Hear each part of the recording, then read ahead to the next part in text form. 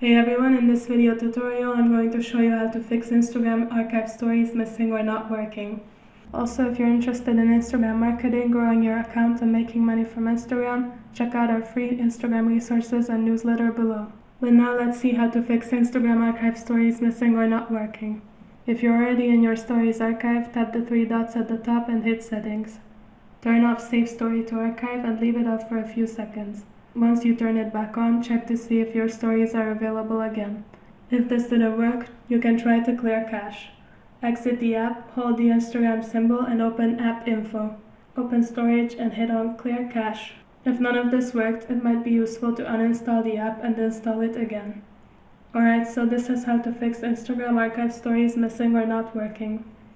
I hope you found this tutorial useful. Don't forget to check out our Make Money with Instagram checklist for free, or the Instagram Growth Checklist, other Instagram marketing resources and deals. Also, we have a free weekly Instagram marketing newsletter for which you can sign up below. And last but not least, if this tutorial was not up to date, make sure to check out our more detailed and updated tutorial blog post as well, which you can also find in the video description below.